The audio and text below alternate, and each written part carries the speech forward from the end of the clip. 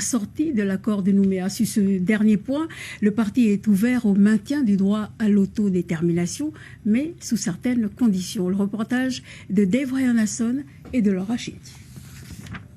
C'est le premier parti non indépendantiste à l'assumer publiquement. Le droit à l'autodétermination, s'il subsistait, doit changer de nature.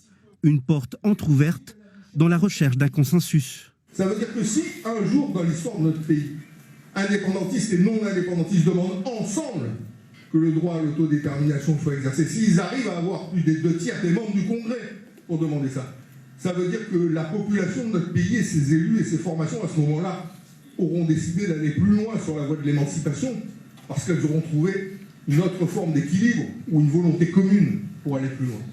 Pour Calédonie Ensemble, l'avenir de la Nouvelle-Calédonie sera dans la France, comme l'ont confirmé les 3 consultations.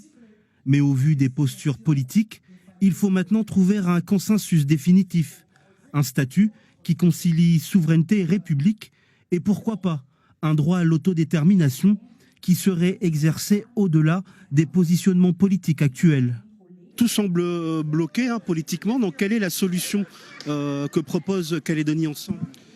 D'abord, c'est de reprendre le dialogue et de rechercher un consensus, parce que toute notre histoire nous démontre qu'il n'y a pas de solution hors du dialogue et du consensus. Et ensuite, au lieu de continuer à opposer les Calédoniens les uns aux autres sur la question de l'autodétermination, c'est peut-être tout simplement de se mettre d'accord pour exercer ensemble, si on l'estime nécessaire, ce droit à l'autodétermination.